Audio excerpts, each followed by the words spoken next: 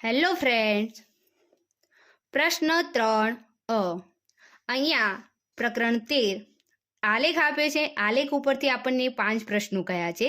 એ 5 પ્રશ્નોના જવાબ આપણે આલેખમાંથી શોધવાના છે. તો વિદ્યાર્થી મિત્રો, શરૂ કરીએ. નીચે આપેલ આલેખ હોસ્પિટલમાં એક દર્દીનું દર કલાકે લીધેલ તાપમાન દર્શાવે છે. તેના પરથી આપેલા પ્રશ્નોના જવાબ લખો. અહીંયા એક આલેખ આપ્યો છે. એક્સ અક્ષ ઉપર સમય આપેલો છે અને વાય અક્ષ ઉપર આપણને શું આપેલું છે? તાપમાન. તો ચાલો, અંદર પ્રશ્ન 1, દર્દીના શરીરનું લઘુત્તમ તાપમાન કયા સમયે હતું અને કેટલું? લઘુત્તમ એટલે ઓછામાં ઓછું. તો આલેખની અંદર તમે જોઈ શકો છો, જે લીટી દોરી છે એની અંદર સૌથી ઓછામાં ઓછું તાપમાન કયા સમયે હતું? તો 6 વાગે. કેટલા વાગે? 6 વાગે. અને કેટલું? તો 1 સેમી બરાબર 10 mm, 10 ભાગ પડે છે.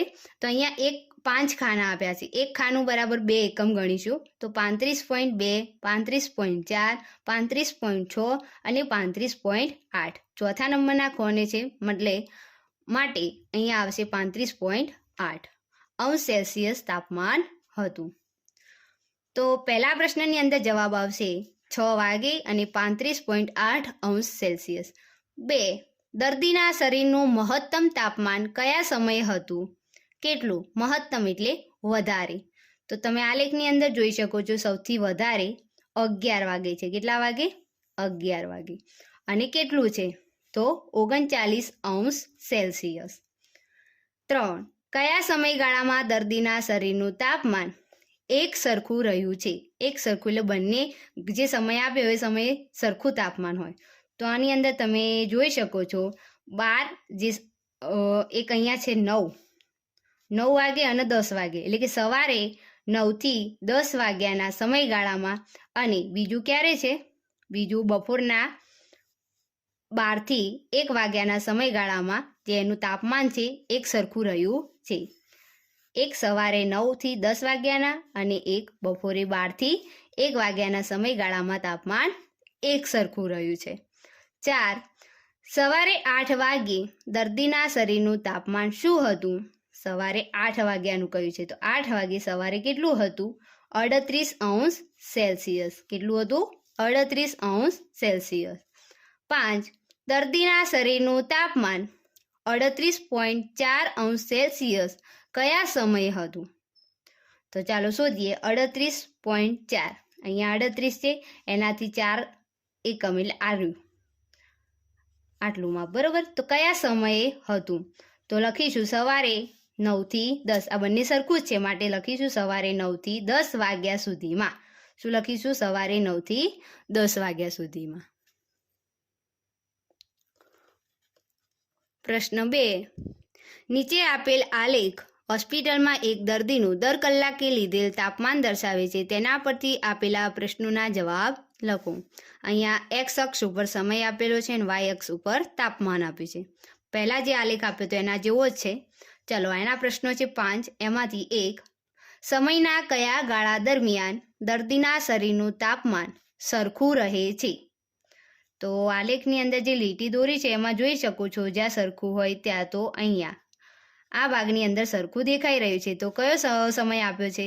તો બપોરના 1 વાગ્યાથી 2 વાગ્યા સુધી. ક્યારે? બપોરના 1 વાગ્યાથી 2 વાગ્યા સુધીમાં જે તાપમાન છે એ સરખું છે.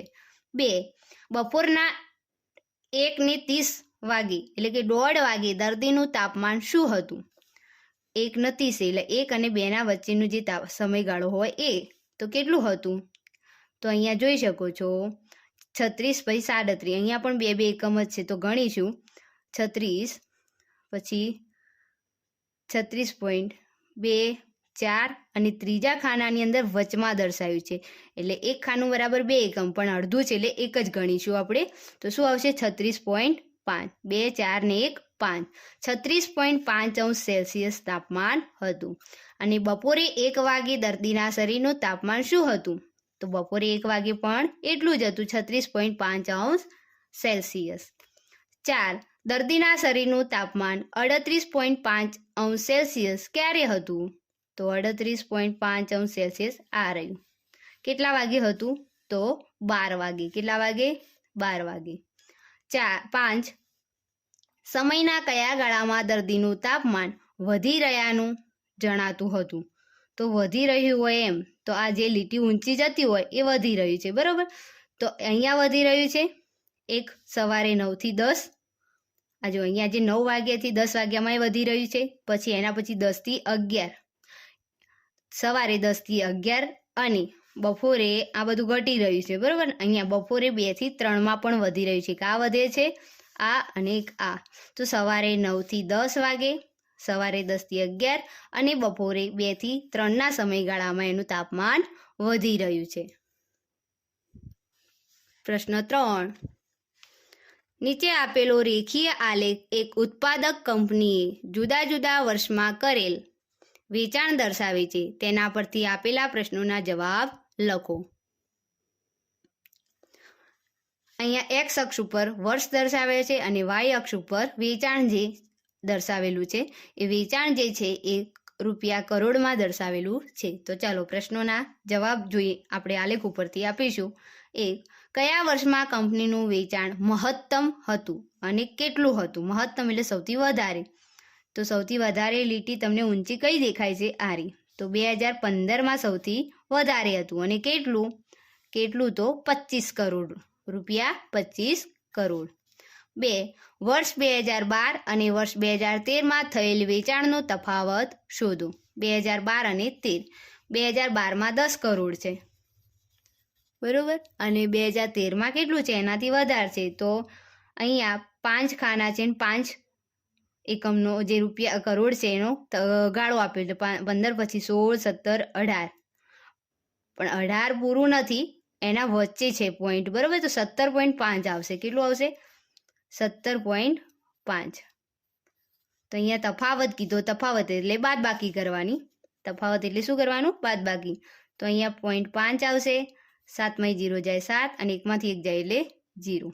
તો 7.5 કરોડ હતું. 2012 અને 13માં જે વેચાણ થયું હતું એનો તફાવત કેટલો છે? 7.5 કરોડ રૂપિયા. 3. વર્ષ 2013 અને વર્ષ 2014માં થયેલ વેચાણનું તફાવત શોધો. આગળ જોયું તેવી રીતે 13 અને 14. 13માં થાય છે 17.5 અને 14માં કેટલું થયું વેચાણ? તો 15 કરોડ. બાદ કરીએ. 5, 7માં 5 જાય 2, 1માંથી 1 જાય એટલે 0. તો 2.5 કરોડ રૂપિયા, બરોબર. એટલો તફાવત છે. 4. વર્ષ 2013માં કંપનીનું વેચાણ કેટલું હતું? 2013માં કંપનીનું વેચાણ કેટલું હતું? 17.5 કરોડ રૂપિયા. 5. કયા વર્ષમાં કંપનીનું વેચાણ લઘુત્તમ હતું અને કેટલું હતું? લઘુત્તમ એટલે સૌથી ઓછું. તો સૌથી ઓછી તમને લીટી જે દેખાય છે કઈ છે? અહીંયા છે, બરોબર. તો વર્ષ 2012ની અંદર સૌથી ઓછું હતું અને કેટલું હતું? તો રૂપિયા 10 કરોડ. 4.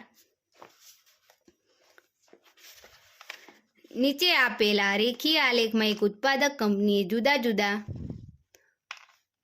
વર્ષમાં કરેલ વેચાણ દર્શાવેલ છે. તેના પરથી આપેલા પ્રશ્નોના જવાબ લખો. એક્સ અક્ષ ઉપર વર્ષ છે અને વાય અક્ષ ઉપર વેચાણ છે જે રૂપિયા કરોડમાં આપેલું છે, બરોબર. આગળના જેવો જ આલેખ છે. તો એની અંદર પ્રશ્ન 1. વર્ષ 2002 અને વર્ષ 2006ના વેચાણ વચ્ચે કેટલો તફાવત હતો? 2002ની અંદર 4 કરોડ થયેલું છે અને જ્યારે 2006ની અંદર કેટલું થયેલું છે? 8 કરોડ. કેટલું છે? 8 કરોડ. આ બંનેનો તફાવત એટલે શું? બાદ બાકી. તો કેટલો છે? 4 કરોડ રૂપિયા. 8માંથી 4 જાય એટલે 4. તો આવશે રૂપિયા 4 કરોડ.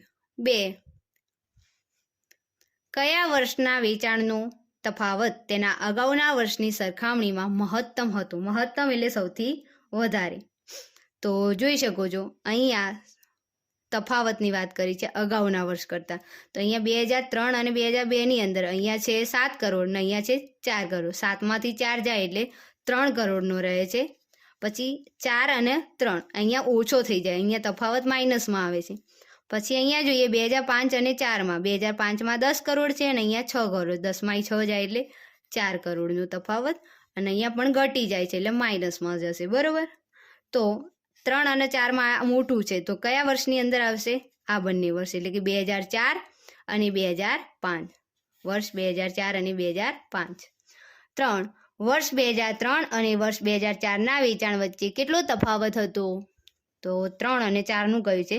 3માં 7 કરોડ છે, જ્યારે 4ની અંદર 6 કરોડ છે. 7માંથી 6 જાય એટલે કેટલા રહે? 1 કરોડ. કેટલો આવશે? 1 કરોડ તફાવત. પ્રશ્ન 4. 1. વર્ષ 2002 અને વર્ષ 2006માં કેટલું વેચાણ થયું હતું? 2002ની અંદર 4 કરોડ થયું હતું, જ્યારે 2006ની અંદર 8 કરોડ થયું છે. કેટલું? 8 કરોડ રૂપિયા. 5. 2003 અને વર્ષ 2005માં કેટલું વેચાણ થયું હતું? 2003ની અંદર 7 કરોડ થયું છે, જ્યારે 2005ની અંદર 10 કરોડ રૂપિયા વેચાણ થયું છે. તો વિદ્યાર્થી મિત્રો, અહીંયા પ્રશ્ન 3A નું સોલ્યુશન પૂરું થાય છે. નેક્સ્ટ વિડીયોની અંદર પ્રશ્ન 3B સાથે મળીશું.